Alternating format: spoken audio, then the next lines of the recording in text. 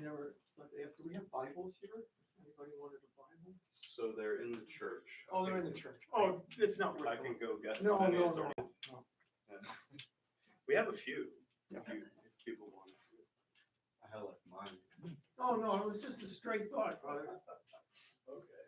Yeah. I can't stop. Oh. I recognize that. Hebrew. That's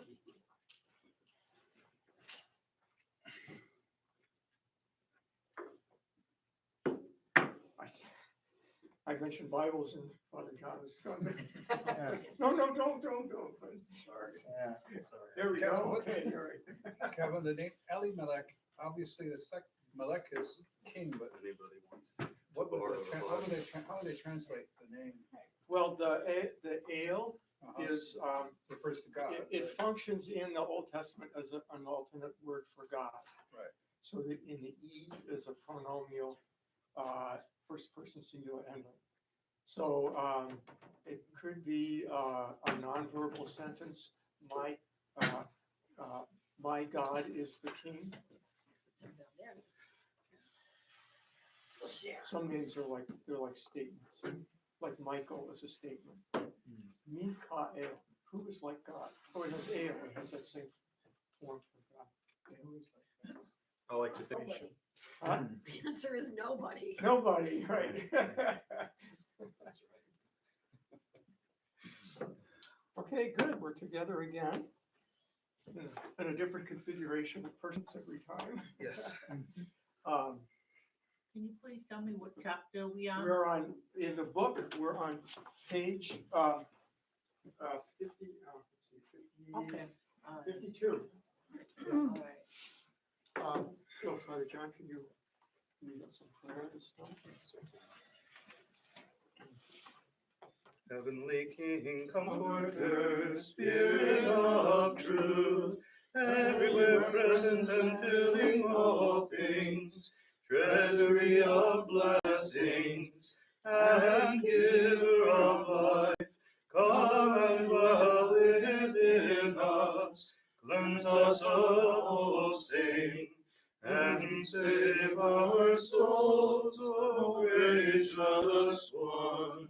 Glory to Jesus Christ, glory forever. Forever. Okay, so we've been starting by reading the text. It's not too terribly long, so we have it on page 53 and 54, and we've been doing it, sort of reading it as a theater script here.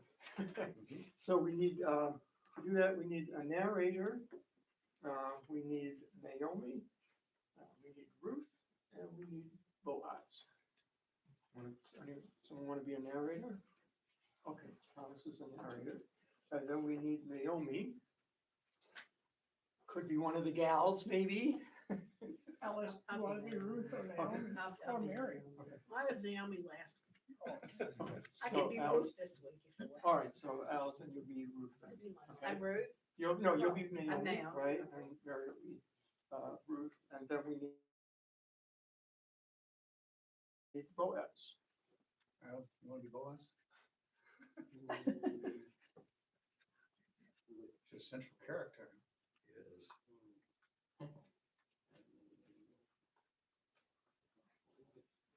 You don't have to do it. I if you sense don't want to. reluctance. Somebody You else can do say it. no. I'd probably have trouble telling my I'll take Boaz. Boaz. You be Okay. Boaz. You be Boaz. Mark will be Boaz. Okay, so our narrator, please begin that. Naomi said to her mother, Naomi, her mother-in-law, said to her, My daughter, I need to seek some security for you so that it may be well with you. Now here is our kinsman Boaz, with whose young women you have been working. See, he is winnowing barley tonight at the threshing floor. Now wash and anoint yourself and put on your best clothes and go down to the threshing floor. But do not make yourself known to the man until he has finished eating and drinking. When he lies down, observe the place where he lies, then go and uncover his feet and lie down, and he will tell you what to do. So she went down to the threshing floor and did just as her mother-in-law had instructed her. When Boaz had eaten and drunk, and he was in a contented mood, he went to lie down at the end of the heap of grain. Then she came stealthily and uncovered his feet and lay down. At midnight the man was startled and turned over, and there lying at his feet was a woman. He said, Who are you? and she answered, I am Ruth, your servant. Spread your cloak over your servant, for you are next of kin. he said, May you be blessed by the Lord, my daughter. This last instance of your loyalty is better than the first. You have not gone after young men, whether poor or rich. And now, my daughter, do not be afraid. I will do for you all that you ask. For all the assembly of my people know that you are a worthy woman. But now, though it is true that I am a near kinsman, there is another kinsman more related than I. Remain this night, and in the morning, if he will act as next of kin for you, good. Let him do it. If he is not willing to act as next of kin for you, then, as the Lord lives, I will act as next of kin for you. Lie down until the morning. So she lay at his feet until morning, but got up before one person could recognize another. For he said, It must not be known that the woman came to the threshing floor. then he said, Bring the cloak you are wearing and hold it out. so she held it, and he measured out 6 measures of barley, and put it on her back. Then he went into the city. She came to her mother-in-law, who said, How did things go with you, my daughter? then she told her all that the man had done for her, saying, He gave me these 6 measures of barley. For he said, do not go back to your mother-in-law empty-handed. she replied, Wait, my daughter, until you learn how the matter turns out. For the man will not rest, but will settle the matter today. Okay, good, well done. I love how you said there lying at his feet was a woman. It was a dramatic reading. That's a surprise. We're gonna get women on the threshing floor. Yeah. What is the significance of uncovering his feet? To me, that's just weird. Well, it's a word which is formed with the word feet. So the word that's formed that way could be, it sometimes might be like a place. So then it's like the place at the feet or at his feet. But it can also mean feet or legs. This is one of a number of, last chapter 2, we encountered a lot of like ambiguities. And here, there are a lot of there's a lot of suggestive language. And this is part of it.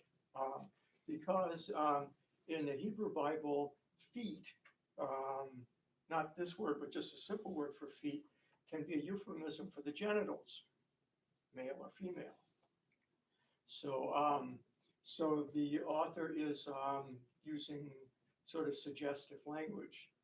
And so it's like, so what does she uncover? Does she uncover him, or does she uncover the place at his feet? And this, like, so the Hebrew reader is aware of like the double sense. It's like there's like sexual innuendo here very clearly. But that's what it is. It's innuendo. It's not stated explicitly. It's stated in terms of suggestion.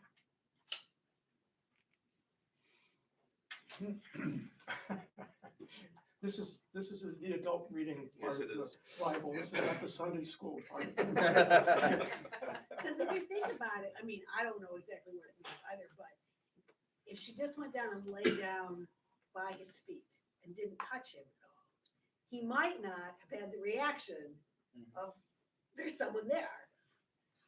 It's also, right, so he has this like trembling, he trembles, which is a common word, and then a very rarely used word is employed, which is a little less clear what it means. So it gets translated here, turns over, could, or it could mean was touched, like taken hold of. So it's maybe putting them two together, it's like he's asleep and he like wakes up, something is like kind of, like a sudden, something in the night has gotten him. There's a woman here. It's the whole thing, it uses the word midnight here somewhere, and so the whole thing is like in the darkness. And so the reader is trying to understand in the darkness what's going on.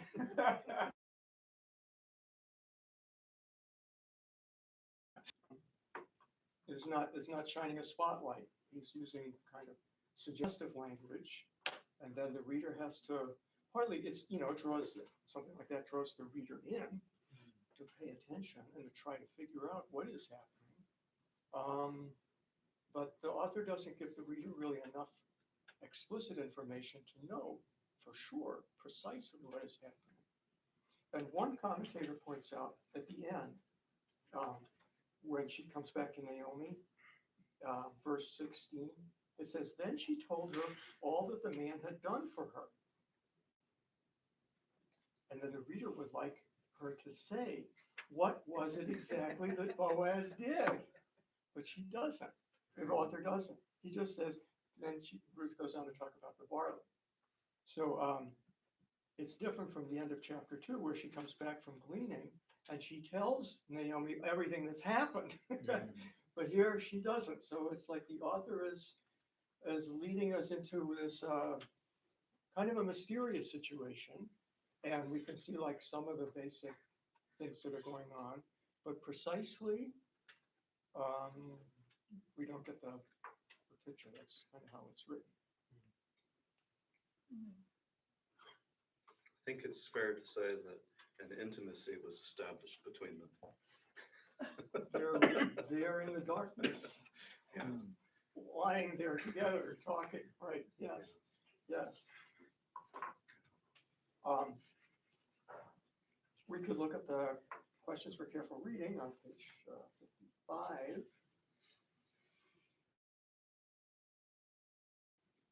It tells Naomi she will follow her instructions.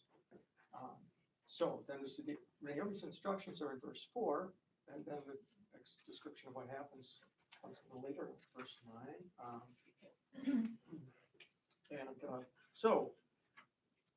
How did Naomi's instructions compare with Ruth's execution?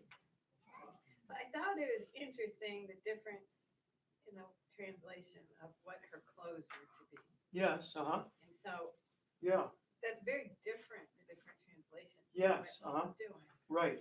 So The difference just talking being, about the instructions. and the difference is, One was like, you're getting all dolled get up. dressed up, Yeah, right? and the other was just be presentable. Yes, And so Right. I thought that was really interesting. right. So, let's see, it says wash, right? And then it says put on your, yeah, so this is the NRSV, and it says put on your best clothes. And the NAB, the New American Bible, the Catholic translation, has a similar kind of phrase. But the word is simply cloak. And so I think the translators, I can't name a translation, but like you're saying, some of the translations, it's just more like put on clothes, is maybe closer to the original, because it's not a word for like fancy clothes or dress clothes, or put on your party dress or anything like that. It's just put on your clothes. One similar passage to this that the commentators point out is, after David, more adult reading in the Bible, David has, basically he rapes Bathsheba, and then he kills her husband, right?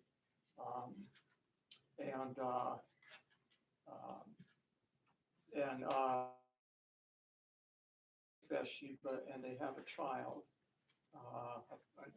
but the infant becomes sick, and then David spends several days. He takes off his clothes, puts on sackcloth, and sits on the ground and prays for the baby. Then the baby dies. And this is, let's see, it's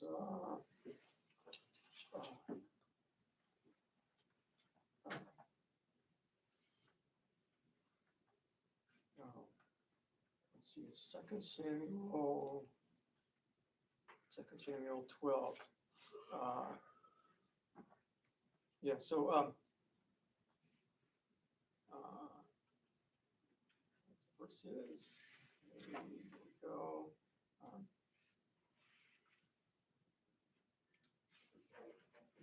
Oh, where's the verse here?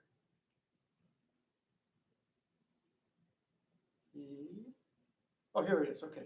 2 Samuel 12:20. So the baby dies. So then, rising from the ground, David washed and anointed himself and changed his clothes. So it's very similar to this, what Naomi's telling Ruth to do. And so David isn't getting all dressed up. It's just like he's been in mourning attire. And so now he's going to wash off, put on his regular clothes, and you anoint yourself. It's like you use some kind of oil. It's got a bit of a pleasant smell because people don't use soap. So, it just helps. So that's kind of parallel to what Naomi's telling Ruth to do. Is just like, get cleaned up. She's been out in the field working after all. Well, that's true too, right? Yeah. And since in the comments that you make after that, they didn't use roll-on deodorant or anything like that. No, nothing of Improve that your sort. smell. Right. So the oil is just, They have right guard. it's normal, yeah, it's just normal kind of hygiene sort of thing. So how is so these are instructions, right? So presumably, Ruth does that, and then she goes down to the threshing floor, and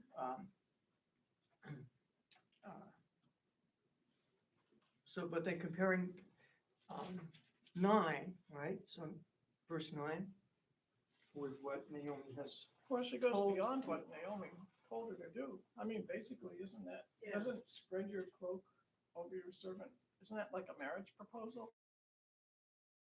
Yeah, so, Yeah. okay, well, let's get to that in a second, but Oh. clearly this is not something Naomi told her to do, She's right? gone beyond. She's gone beyond, I mean, she told Ruth that Boaz was their kinsman, yes, and she said, assuming that he would be the one yeah, but as Louise says, that's not what happened. no. Naomi says, he will tell you what to do, Yeah. but instead, She it's told him Ruth who what to tells him what to do. Ruth is always going beyond Naomi's She's- expectations. She is, yes, right, she's, exactly, all three, Just wanted chapter to make 1 sure through he knew. 3, the big action is Ruth. Naomi says, go home, and Ruth says, no, I'm not leaving you. And in the second chapter, Naomi doesn't say anything, so Ruth takes the initiative, says, I'm going gleaning. And then in the third chapter, Naomi gives her a plan here, but then Ruth goes with it. Takes She it, runs with it, she takes it and runs with it. Daughters-in-law who aren't Jews. Yeah. Second question here. So Boaz is like a substantial citizen. Maybe he would feel uncomfortable marrying this woman who's from out of town. She's not Israelite. Is there anything to counterbalance any reluctance like this that he might feel about marrying Ruth? I think Boaz seems to have caught himself in a rather possibly humiliating circumstance You're in this situation? in this situation. Uh-huh, So he might be duty driven uh-huh, to go for Ruth at this point. He says, Uh-huh. if you can, here's this other gentleman that could be next of kin, right. but if he won't do it, I'll do it anyways. Okay, so but explain why do you think, what is it in the text that makes it seem that he's like duty driven, or that he doesn't, he's like maybe acting under somewhat contrary to his preference or something? I think so right here at verse 14, she gets up before they could recognize each other in the morning, Uh-huh. for he said, it must not be known that the woman came to the threshing floor. Right, It shouldn't be known that they spent the night together right, out of wedlock. right. So, okay, so, right, so the idea is, by coming to the threshing floor like this, Ruth has put Boaz in kind of a compromise Yes. situation. And so now Boaz feels like the only way to escape being seen in a compromised way Mhm. is to proceed to try and marry. Yes. Okay. As I said, there's a lot of kind of mystery about exactly what's going on here and how this plan is supposed to work. So that seems like one possible way of understanding the plan. That is, if you look at it that way, Naomi's got kind of like a bit of an entrapment plan. Right. Boaz. You're gonna go out there and lie down next to him, and then he's gonna know if anybody finds out about this, it'll be very embarrassing to him. Yeah. So he's gonna straighten it out by taking the step which we want him to take, which Right. is to marry you. So that's a possible way to read it, I think. Because he goes a step further when he says, "Bring the cloak. Don't go back to your mother empty-handed, because she came here." So he at least gives her the barley. So it Yeah. seems like she has a motive for coming out there that maybe isn't so taboo. Okay, so if anyone sees her going back home, it's she was at the threshing floor and she's got some grain. Right. Okay, that's a thought too. Yeah, I thought of that. Yes, right? Yeah, yeah, A cover story. yeah. Yeah. Cover story. Right. Right. What were you doing? Oh, I was getting grain. Yeah. I was gonna say, I can see that more in Naomi's character than in Ruth's character. What I mean is that she does seem to be the more pragmatic one, Naomi. Yeah. Naomi. Uh-huh. Um, Right, right. and Yeah, at the beginning, she says, that they're in. So I could see her proposing such and like you say, an entrapment. I uh-huh, can kind of see that from Naomi, but then Ruth taking it, and I don't think that's what Ruth does. Mhm. I think that Ruth goes beyond that. Mhm. I think that there's a, Yeah. an offer of something more real, mhm, and he praises her too, mhm. so it's clear that he likes her, Mhm. that he wants to be with her. Mhm. Um, Right, right. Yeah, Ruth is such a positive figure that it's hard to attribute entrapment motives. Yeah. to her. Right. right. This gets back to what Louise was saying about the thing that she says, put your cloak over me. This, the idiom is sometimes used as like a marriage proposal. It has other meanings too, possibly. Protect me. Right.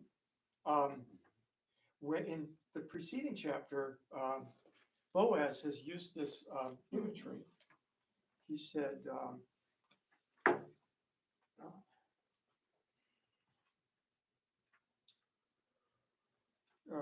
but it gets translated differently in chapter 2, verse It's the 12. wings. Yeah, he says, "May Verse the Lord 12. reward you.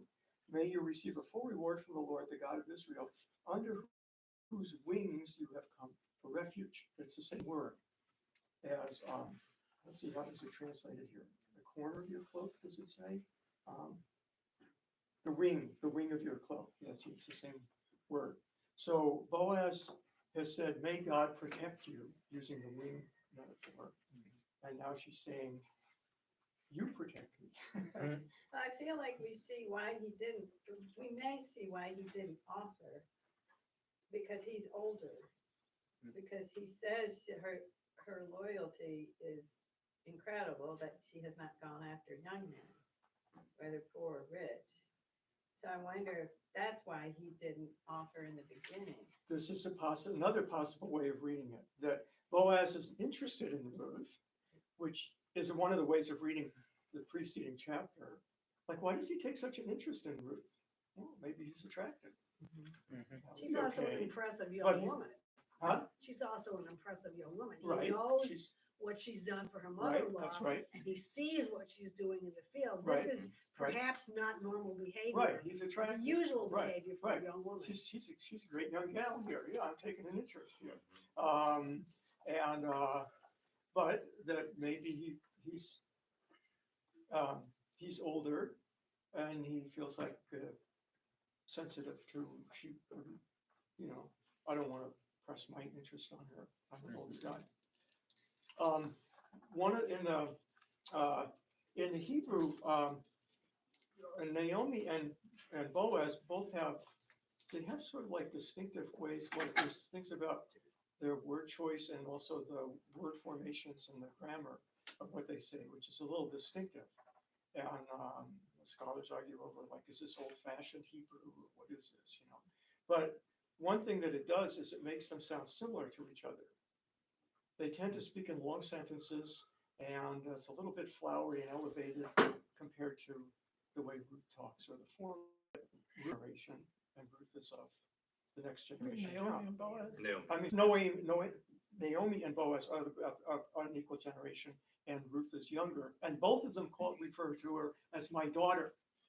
So, yeah, so your own age so would Boaz be is great. obviously older than she is, Would maybe considerably older. would Ruth not be a native speaker of Hebrew? It's basically the same language on both sides of the Jordan.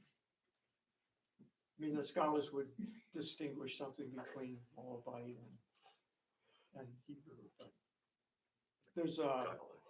yeah, but it'd be Like the more like a difference little, between it'd be more like a Brooklyn and Manhattan. dialect difference. Like the difference between Brooklyn and Manhattan. It's a In big days, difference. in years past, anyway, yes. Or New York and New Jersey, yeah. I have a question, with regard to the idea of Naomi trying to entrap Boaz. I don't know what the usual way of handling, like if you have a young woman of marriageable age and of course, you know, her husband has died, so the next of kin is entitled. Could they have approached Boaz without doing it like this, like gone to his house or his overseer and said, this is your nearest kinswoman, or you are her nearest kinsman? This is a big question. We had a really. hot discussion Big about question. this in the car. Oh. I wasn't listening. I feel like This is a big I question. feel like that might be what Naomi was trying to get her to do. But of course, Ruth went the extra step, Yeah, which kind of threw it all. But Yeah, but she went to Mary's the question- threshing floor. I think Mary's they could have question is- gone to his house. why didn't they just go talk to him, right? Why did they do this? Yeah, Yeah. so,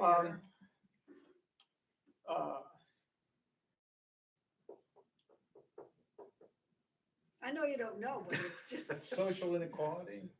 well, it's maybe part of a larger question about how Boaz is relating to Naomi and Ruth, which is, in chapter 2, when he meets Ruth, he tells her, oh, I already heard about you. I know how you came back with Naomi, How did he know? and well, it's like, it's small the town. talk of the town. At the end of chapter 1, we have the women of Bethlehem are greeting Naomi, saying, oh, is this Naomi? Yeah, right? So everyone in town knows. But Boaz says, I know, I've heard about you. So then, and then at the beginning of and then it's at the end of that chapter, I think it's the end of chapter 1. No, I'm sorry, at the end of chapter 2, Naomi tells, she tells Ruth that this is chapter 2, verse 20. This man is a near relative of ours, one of our redeemers. So he's a member of he's a guy in the clan who's able to set things right for poor members of the clan when things go wrong. So Boaz knows that. It's like, why hasn't he done anything? He waits for Ruth to show up in his field. And then he treats her very nicely, but then what, like at the end of chapter 2, Ruth is staying with Naomi until the end of the barley and wheat harvests. Okay, so, and then you wonder, so then is Boaz going to do something more for Ruth and Naomi? When you get to the beginning of chapter 3, Naomi's talking to Ruth like, I got an idea. So the question is, why hasn't Boaz, who knows that he has this kind of sort of like some sort of obligation to help needy relatives kind of thing, why hasn't he helped? As you point out in the commentary, it's been 7 weeks of harvesting, so he's had some time to think about it. And then you say, Right. parentheses, are guys sometimes slow about this kind of thing? Oh, but that comment is about something a little different, right? What is the thing? Like if the thing is his social responsibility as someone in the clan to help a needy relative, it's like, well, we haven't seen him take any initiative. Why not? if the thing is he's interested in Ruth, then, or whatever, he hasn't taken any initiative. Could it be because he knows there's that other person? Like maybe he's waiting for the other person to make the first move? Yeah, It's not that kind of although, well, society, why though. didn't the other guy take the first move? Or why didn't Boaz, if Boaz has now gotten to know Ruth, right? She's been in his field for weeks. And he knows her situation in Naomi's, that's why she's gleaning. They're dependent. And they need the male relatives in the clan to do something, to care for them. Why doesn't he go to talk to Mr. So-and-so, as he's called in the next chapter, and say, look, so-and-so, we've got Naomi and Ruth here. You're first in line to do something. Do something. So one commentator that I read on this, he says, the book of Ruth doesn't seem to give us an optimistic view of how the clan structure is working on behalf of the needy members. Well, we did know that Naomi came back, all woe is me, changed her name to bitter. Maybe Yeah. she wasn't acting in a way that allowed them to approach her. Okay, that's a possibility. I mean, we're looking for possibilities. So maybe Naomi is kind of off-putting somehow, prickly. And they helped I don't her know, in a more, and they helped her without dealing with her Yeah, because they didn't want to deal with her. Or maybe because. Yeah, I Ruth mean, was you a have to foreigner. suppose something is going on, Yeah. right? So they allowed her, gave her the grain. They knew they were being taken care of, but didn't want to deal with the bitter woman. Maybe. Who wants her for a mother-in-law? Maybe. Who knows? Did we answer the question of why didn't Naomi take initiative Well, at the beginning? we don't know either why Boaz hasn't taken initiative and also why Naomi hasn't gone to Boaz and taken initiative.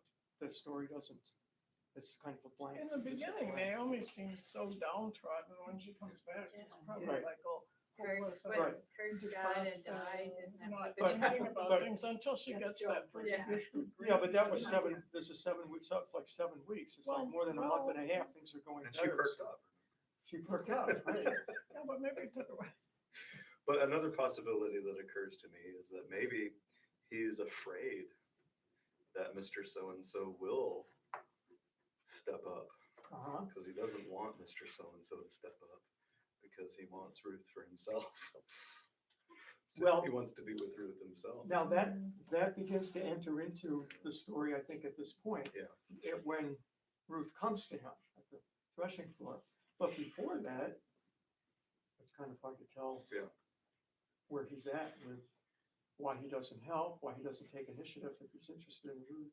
He's busy reaping his grain and doesn't have time for romance. Well, there's that. Maybe There's he's that. too- Those are so maybe many he's- How some of possibilities. those guys are. He's old, he's working hard, he's Yeah. tired, he's Yeah. Well, you sleeping know, a with lot. old, I guess old, I would think he was like exceedingly old, he's No. probably like in his 40s or something. Yeah, Which I guess back Right. then was old, but yeah, but not like Well, being in your 80s. yeah. Right. Plus, marrying Ruth means also taking on Naomi. who Right. wants And her ca- for a and Right, caring mother-in-law? for her, right. and that would give Right. any man pause, I would think. Yeah. Come on. Your mother, you take I care think of we her. have to be careful here about, I would, well, No, I I know, think, you know, the characterization of Naomi in the first chapter. I know, she changed, is- she's, yeah, No, I mean, it seems to me it starts off positive. yeah. She says, I'm concerned about you girls. You Right. should go home. Yeah. It's like, I'm going home, but if you come along, it's unstated, but it's like, well, you're not from Bethlehem, Yeah, and I don't know how much I can help you. I'm gonna be yeah, looking for help myself.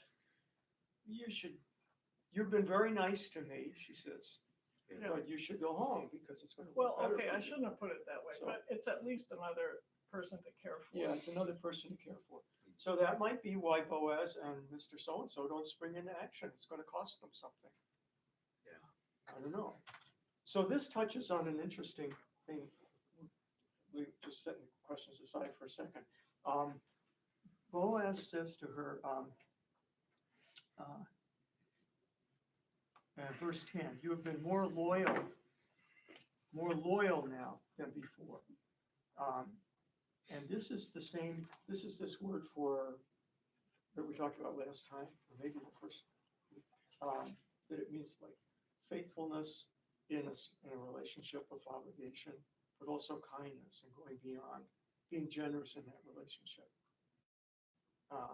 And it's often in the Old Testament gets applied to God. That's one of his preeminent qualities. He's a God of this faithful kindness. So,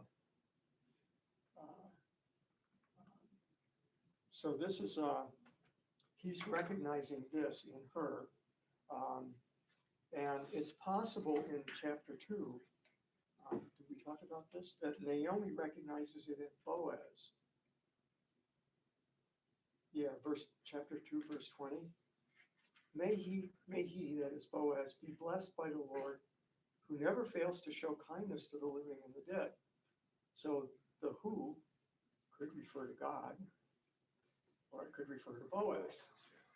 And maybe it's one of the ambiguities of chapter 2 that the author has left us with. But to the extent that Naomi's talking about Boaz, she's using that same word. Here's translated kindness, whereas in chapter 3 it gets translated loyalty. Well, it's the same. It's like a two-dimensional thing. It's faithfulness or loyalty, but then the other dimension is like generosity or kindness that goes beyond obligation.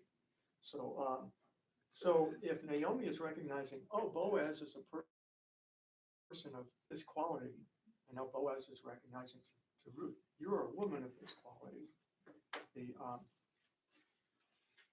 I think this is like an important part of the story. They're both people of this quality of faithful kindness. Okay, anyway, should we take a look at some more of these questions here? Sure. Page 55. After reading the dialogue between Naomi and Ruth in the first 3 chapters, how would we describe the relationship between the 2 women? Conspiratorial. This chapter for sure. Yes, this Yeah. chapter for sure. There's a word here. I don't know how it gets translated here.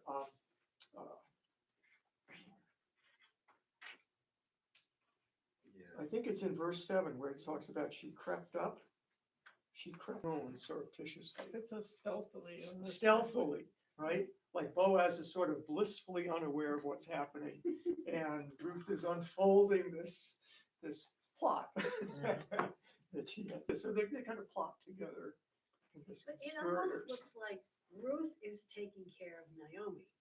Like the men all die, and Naomi says to these women, "Go home. I can't do anything." And Ruth's like, "No, I'm going to stay with you." Mhm. Maybe recognizing, I don't know, that Naomi is going to have a need. Mhm. And then they go back, and Ruth decides to go out gleaning. Mhm. And then Naomi says, "Well, go. He's our kinsman." And Ruth kind of goes a step, like maybe she's the one who's Mhm. trying to take care of her mother-in-law. Mhm. Mhm. Yeah, that's what she does.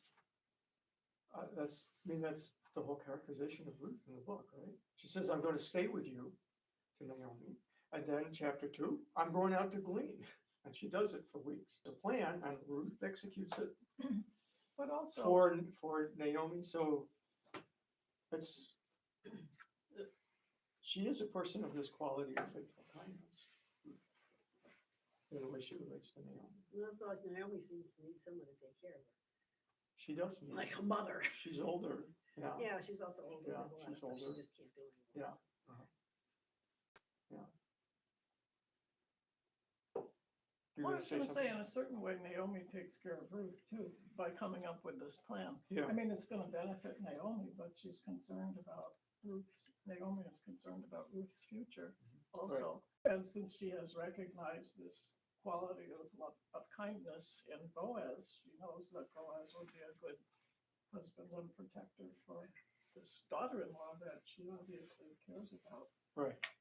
It's like a Right. plot in an Isaac Bashevis Singer's story, Yeah. a Yiddish author. Yeah. Uh-huh. Reminds me of one. It was a movie that was made out of one of his stories Yeah. about the Holocaust and how man comes. He thinks his wife has died, and he moves from Poland to New York, and he meets this Polish Catholic woman, and they get married. And he's not absolutely certain that his wife has died. And then one day, there's a knock on the door, and there she is, And she missing is. a leg, his first wife. And it's the kind of story that seemed it's very Jewish. This story of Ruth and Boaz and Naomi. Well, this is like at the headwaters of the stream of Jewish fiction that Isaac Yeah. Bashevis Singer is far downstream from. Yeah, it's the same stream. Yeah. One thing I think that's clear about the relationship between the two of them is that it really is a kind of a mother-daughter relationship. Uh-huh. And just in the tone Yeah. with how they speak to each other in the beginning of chapter 2, Ruth speaks to Naomi saying, "Let me go," asking permission, "Let me go and glean." And she says, "Go, my daughter." And then at the beginning of chapter 3, Naomi is very directive, and very, do this, do this, do this. Yeah. And Ruth is okay. So, Yeah, right. She so doesn't. Right. there's Yes. a sense of, there's a superior here. There's a Right. That's there's right. a person with authority here. Right. There's only two of them, but it's a household, and Yeah. Naomi is the head of the house. Yes. And Yeah. Ruth relates to her that way. Yeah. She asks permission and she takes directions. And as you said before, she also just calls her daughter. Yeah. Yeah. My daughter. Yeah. We kind of talked about 4 already, really. What about 5? Drawing on everything in the story so far, what picture of Ruth would you paint?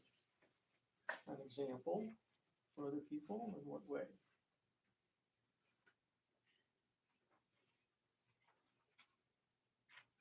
She takes action. Yeah. She has agency, and she goes beyond what Yeah. Naomi asks. Yeah.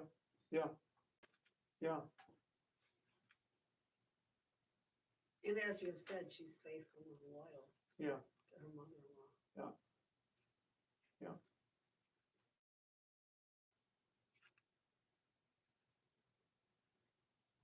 All right, let's take a look at, there's the questions that we never get to.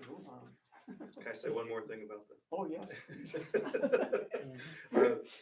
I do think she's really motivated by love.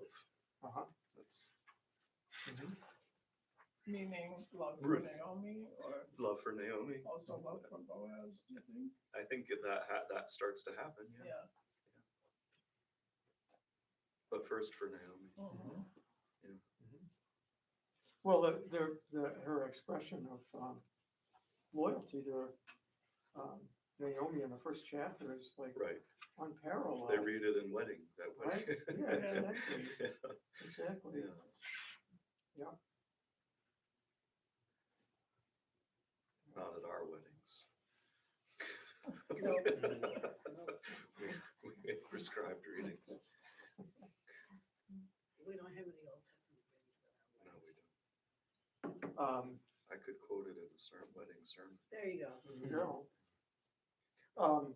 So page 58, there's some questions for application. These are of various kinds, touching on, swinging off different points in the text. So Ruth is taking risks by following Naomi's plan. We could talk about that before going on to talk about risks in our own life. What is Ruth risking? This is not, there are risks here with this plan. Risk her reputation. Yeah. Which Boaz determines to protect at the end, because it needs protecting, because of the risks she's taking. Yes, She also risks being rejected. yes, Buzz That's off, right. honey. that's right. Yeah, not interested in you. I said there'd be no story left. That's right, but that's the risk she's taking. Sure. Two big ones, right. But she doesn't have any buffers or any reserves. It's like if Boaz kind of exposes her and embarrasses her, makes a scandal of her, she's got no protection. She doesn't have anyone to protect her because he would be exactly the first person who would come to her protection. He's an older person in the clan that she's now part of. So if he's not gonna protect her but accuse her, she'll be. So you have nowhere to protect her. So she's kind of risking everything. All she's got is herself. Yeah. And that's what she's hazarding here. So that could lead us to reflect on risk taking. Yeah, is she Lies. reckless? Huh? Yeah, is she reckless? Is she reckless? Should we be reckless? Yeah. Was this ill advised? But she should she have told Naomi, this is not a good plan. I think you should go talk to Boaz. Those two, I don't know about those two. Nothing ventured, nothing gained. Nothing gained. But you know, this kind of thing, I'm thinking, in history, not precisely the same thing is going on, but for years, in various societies, mothers advise their daughters what to do to catch a man. And they'll tell them how, I mean, they aren't necessarily as forward as Ruth in terms of going to the guy and going, well, you have to marry me because you're my next of kin. But how to make themselves attractive, how to talk to them, and then the mothers will go behind the scene and talk to the parents of the young man, et cetera. I mean, this is age old. Right. Guatemala, 1972. Pardon? In Guatemala, 1972, that's going on.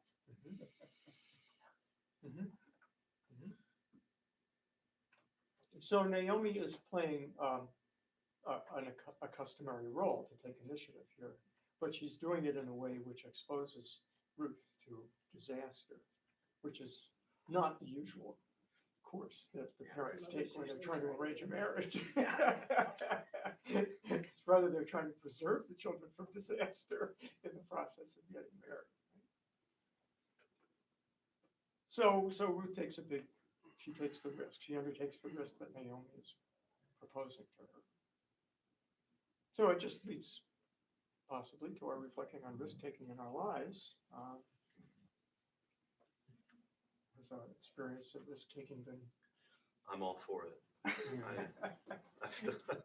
I've done a lot of it. Yeah.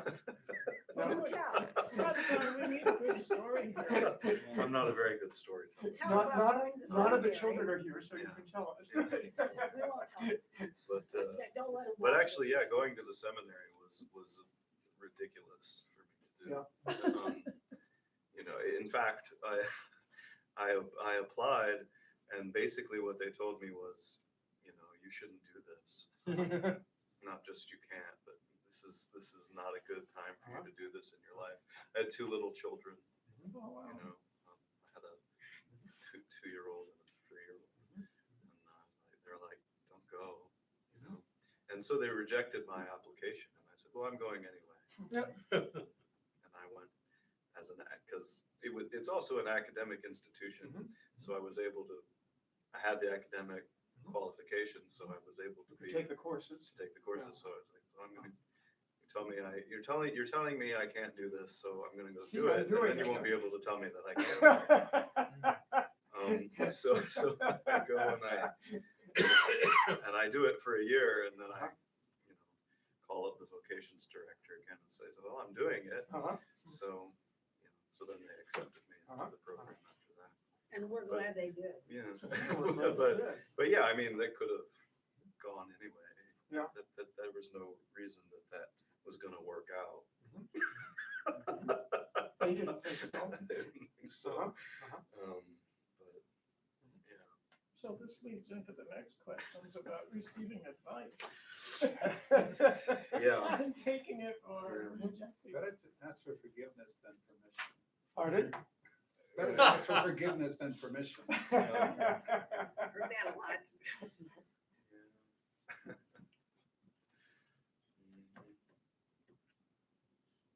How can you know when it is appropriate to give someone advice? Oh, that's a big That's question. another one. Oh, That's a big question. It usually isn't. Well, if they ask, Right, if they ask for Right, it. if they ask. But as a but parent that's of the thing. adult If you're children. if you have a question, the answer is no. Is what I'm saying. If they've asked for the advice, then you know it's okay to give the advice. Or if this is my child, or if this is, you know, my spiritual child, okay, then there's a clear indication that it's appropriate to give advice. If there's no question really, but when there is a question, even when it is your child, sometimes I think there will be a question, and usually when there is, the answer is no. It's, As they get older. as they get older, Right, as they yeah, mature, right. more and more, Right. you withdraw more and more, Right. again, unless they ask. Right. If they want to know what you think, they'll ask They'll you. ask. Exactly. Right, uh-huh. Exactly. When they're very small, though, I think That's different. it's different, and I don't know, I guess I'm talking about instinct, and maybe instincts aren't always good, but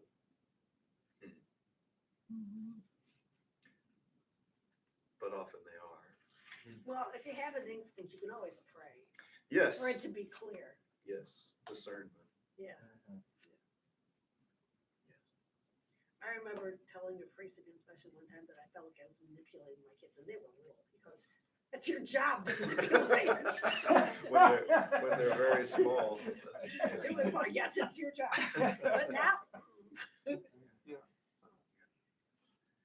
That's one of the challenges as a parent, right? Is knowing when to let go of certain things, certain control, because by the end, you shouldn't be controlling them at all, of course.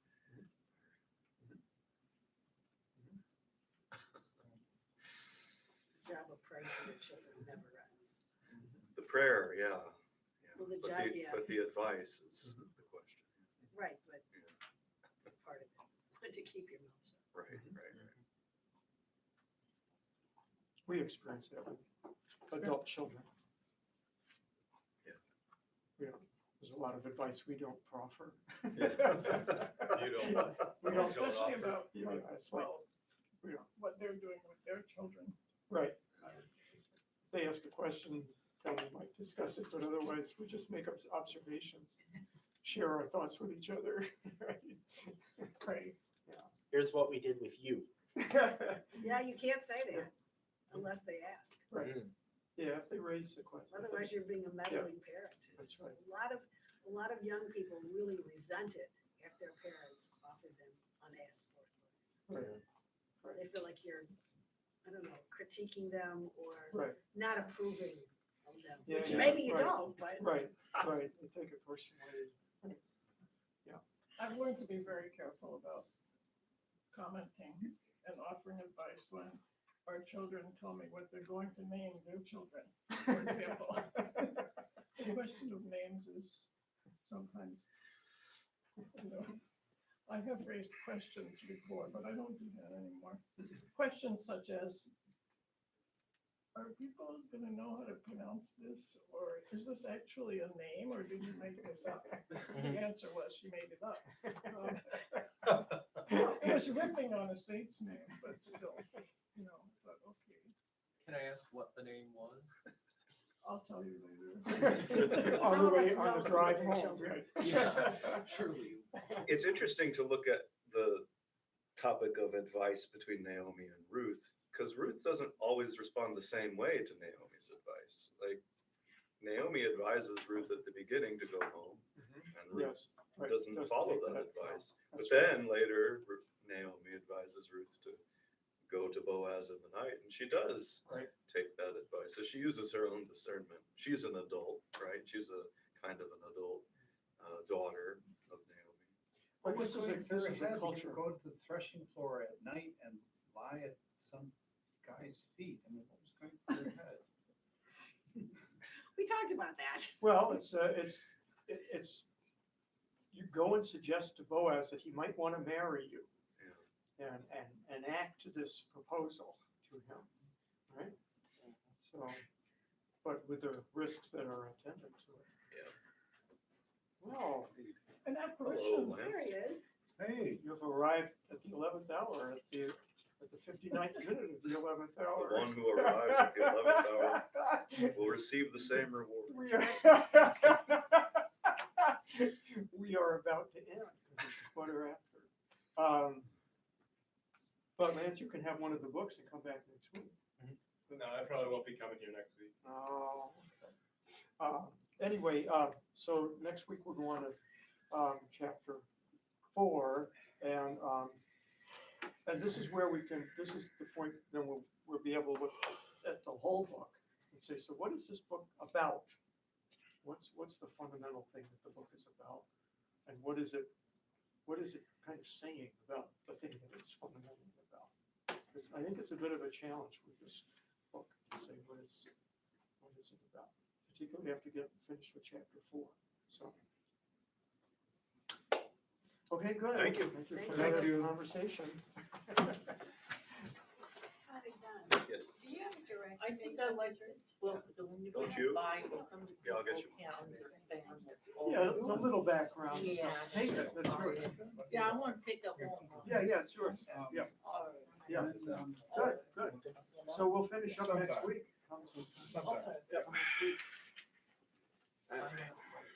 It was nice having you join us. Yeah, it's nice having you join us. Good narration, good questions. and Yeah. comments. Yeah. I have to do a lot of I did. reading out loud from home anyways as part of my studies. Yeah. Online. Well, just studies in Oh, general. in general. I'm a communication arts major, so I had, whenever I read a news article, I read it in newsreader voice to get the language. Yeah. Okay, but it'll help. You tell us when we're gonna meet. Yeah. which one? Yeah, it's pretty close to that. So we'll. I'll be- Yeah, I'll meet you over there. Yeah, I'll be over You're there. done with this, right? Did you ask about whether my friends Yeah, are? maybe if you were here. You know, I asked around, but there's just so many people. Not everybody knows everybody. She's from. Oh, he's you from guys, Flint. just like That a would be another stewardess, thank you. Yes. I'll keep this. Mary. My friend was. I didn't bring any with me, I'm sorry. So, Vance, Good to see you too. hope to see you.